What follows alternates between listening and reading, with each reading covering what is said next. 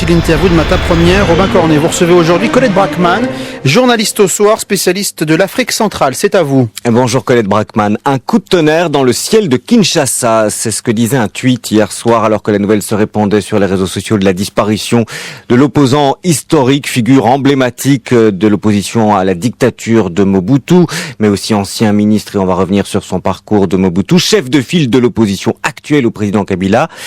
Qu'est-ce qu'il représentait encore aujourd'hui, ce personnage d'Étienne Tshisekedi au Congo? Mais il est certainement une figure historique qui appartient à l'histoire du Congo depuis 1960, donc il est le seul qui a traversé toutes les décennies, mais il était encore aujourd'hui un homme de premier plan, surtout par sa capacité à résister, à dire non, par son côté intraitable, et en cela, il inspirait encore les jeunes générations.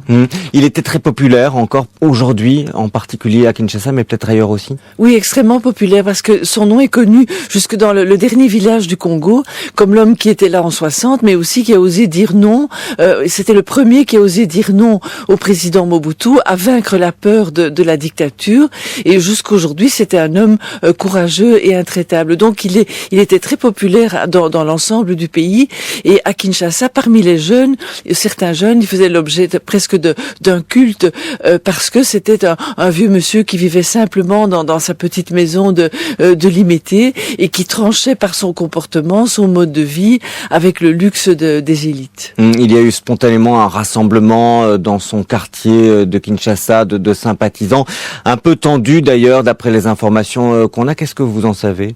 Oui, les jeunes accusent, comme ils font souvent, la communauté internationale. Quand on dit communauté internationale, on dit la Belgique, d'avoir entraîné la mort de Monsieur Tshisekedi qui est décédé à 84 ans de cause évidemment purement physique, mais donc il y a toujours l'air du soupçon. Et il faut savoir qu'au Congo, en Afrique, on meurt pas vraiment de mort naturelle. On impute souvent la disparition de personnes connues à des causes externes, des empoisonnements, des malédictions, tout ce que vous voulez. Donc il y a ce soupçon qui n'est absolument pas fondé, mais qui montre la distance, la rupture entre la communauté internationale et les sentiments de la population qui ont toujours l'impression qu'on complote quelque part contre eux. Oui, ça c'est sans doute, ça a des racines historiques évidemment, mais la santé d'Étienne Tshisekedi n'était pas excellente depuis longtemps. Hein. Il avait déjà été plusieurs fois suivi à l'hôpital. Certainement, il avait passé 2 ans en Belgique à littéralement se refaire une santé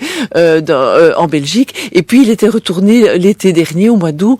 Il était triomphalement, d'ailleurs, il était retourné à Kinshasa alors que on le donnait épuisé, mourant depuis longtemps. Il était rentré en assez bonne forme et il avait pris la tête d'une négociation où, encore une fois, il avait incarner une opposition dure, radicale au compromis politique qui était proposé par les amis du président Kabila. Ouais, on se souvient effectivement de ces images d'un retour entouré de milliers de sympathisants et de manifestants.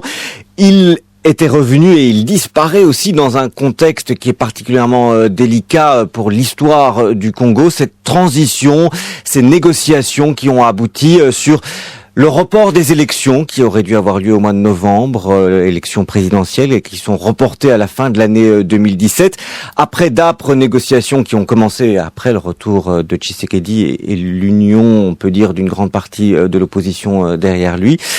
Et il disparaît alors que cet accord doit encore être mis en œuvre.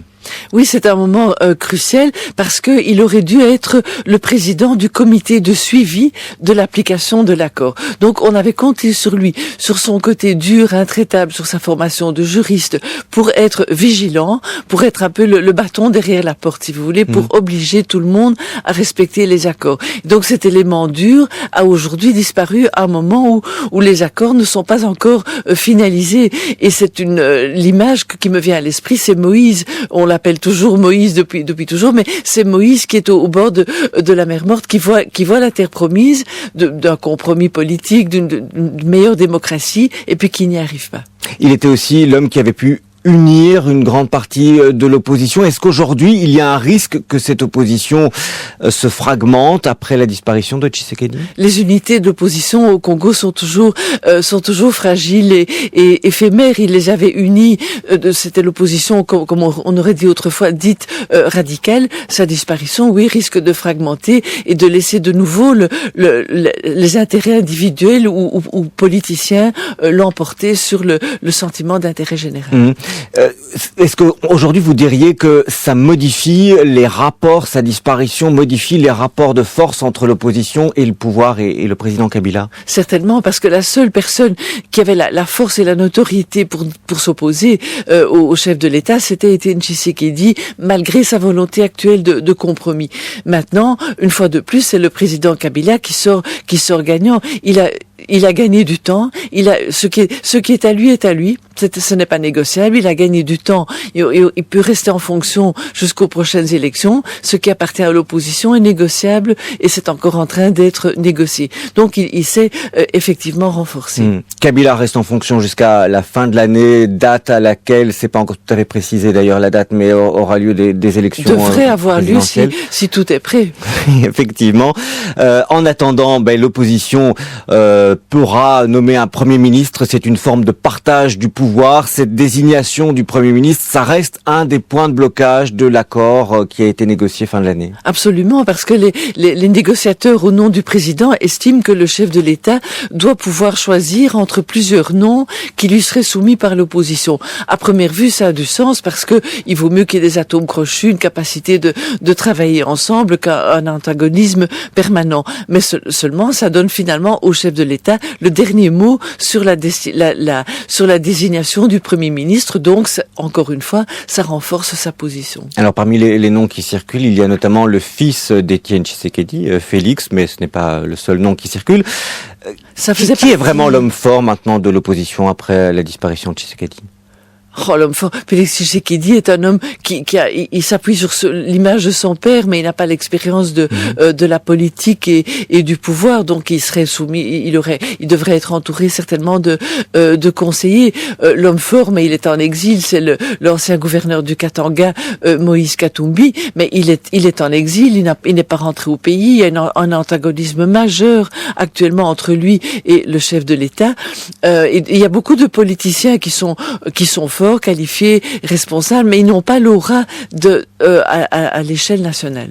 Il n'avait pas vraiment préparé sa succession, à la fois au sein de son parti, l'UDPS, et de ce rassemblement de l'opposition, Étienne Tshisekedi? Non, il était comme un arbre, mais qui a pris tout l'air et et toute la lumière, et qui a laissé croître autour de lui des arbrisseaux, mais qui n'ont pas grandi suffisamment. Il n'y en a pas un qui peut le remplacer, pas à ce niveau-là en tout cas. Alors il a effectivement traversé toute l'histoire du Congo. C'est un parcours assez étonnant parce que il est étudiant au moment de l'indépendance, au moment de l'arrivée au pouvoir de Mobutu, et puis il va très vite devenir l'une des personnalités qui compte dans la politique sous Mobutu, et il sera l'un des ministres de Mobutu d'abord. Oui, il est le premier docteur en droit de l'histoire du Congo. Donc, à l'indépendance, il est le premier juriste. Et donc, il est naturellement invité dans le collège de commissaires auprès de Mobutu après la mort de Lumumba, après le coup d'État donc de Mobutu.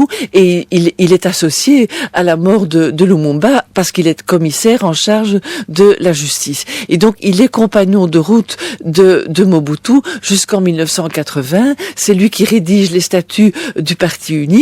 Et puis il rompt en 1980 après un massacre dans le Kasaï, et il revendique pour son parti l'UDPS le droit d'être le deuxième parti du pays. On n'est pas dans le multipartisme, on est dans la revendication de deux partis politiques qui vont être en compétition.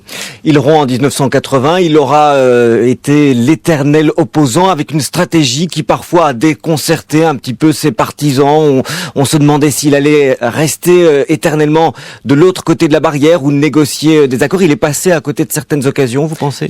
Oui, je pense qu'il était plus à l'aise dans l'opposition et ce côté intraitable que dans la construction et le partage du pouvoir et le compromis. C'est ainsi que après la conférence nationale, il a été élu Premier ministre, reconnu par Mobutu, et il avait une chance exceptionnelle de changer changer les choses. Mais il a préféré encore s'opposer à Mobutu et renoncer à sa charge qui aurait peut-être changé un peu changé la donne. Mais c'est aussi sa radicalité qui explique sa popularité qui a perduré jusqu'aujourd'hui. Absolument.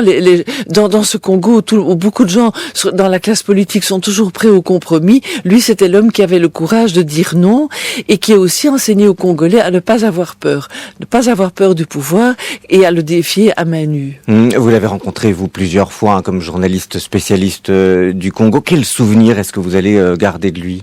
D'un homme simple qui vivait au fil des années et des décennies, toujours dans la même maison de Limete, d'une façon simple, qui vous recevait dans son petit bureau et on avait l'impression que les années passaient, mais que lui, sous sa lampe, devant ses livres, était toujours là, immuable, intransigeant, pareil à lui-même, presque une légende vivante qui était un symbole mais qui n'évoluait pas beaucoup.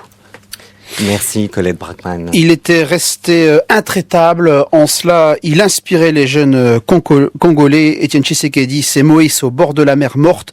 Il voit la terre promise, mais ne l'atteindra pas. Déclaration de Colette Brackmann, journaliste au soir, spécialiste de l'Afrique centrale, qui était notre invitée ce matin. On va évidemment reparler de cette disparition hier à Bruxelles de ce leader congolais dans votre journal de 8h. À tout à l'heure.